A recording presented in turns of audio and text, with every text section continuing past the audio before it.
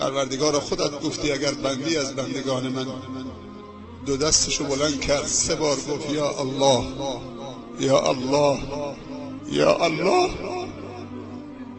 من شرمم میاد که اون دست خالی و صفر بر بگردونم.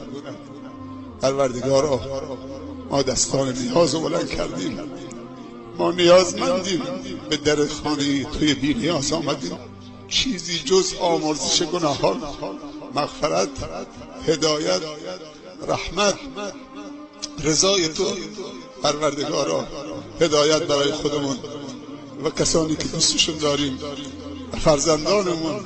پروردگارا ما را بندگان خالص و مخلص خودت قرار بده. پروردگارا ما را عفو بفرما. پروردگارا ما را عفو بفرما.